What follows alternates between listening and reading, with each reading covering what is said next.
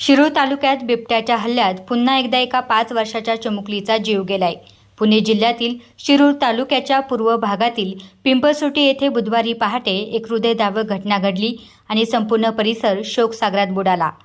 अवघ्या 5 वर्षाच्या निष्पाप चिमुकलीचा बिबट्याच्या हल्ल्यात दुर्दैवी मृत्यू झाल्याने ग्रामस्थांमध्ये भीती, संताप आणि हळहळ व्यक्त केली जाते। शिरूर तालुक्यामध्ये 2019 पासून आतापर्यंत बिबट्याच्या हल्ल्यात एकूण 13 जणांनी आपला जीव गमावलाय। या घटनेनंतर वन विभागाने तातडीने बिबट्याचा कायमस्वरूपी बंदोबस्त करावा अशी जोरदार मागणी नागरिकांकडून केली जात आहे। मिळालेल्या माहितीनुसार भाग्यश्री संदीप वारे, वय वर्ष 5, सध्या राहणार पिंपळसुटी, मूळगाव पाथर्डी, जिल्हा अहिल्यानगर, ही आपल्या आईवडिलांसह पिंपळसुटी येथील शेतकरी मच्छिंद्र प्रल्हाद भोसले यांच्या शेतात ऊसतोड कामासाठी वास्तव्यास होती।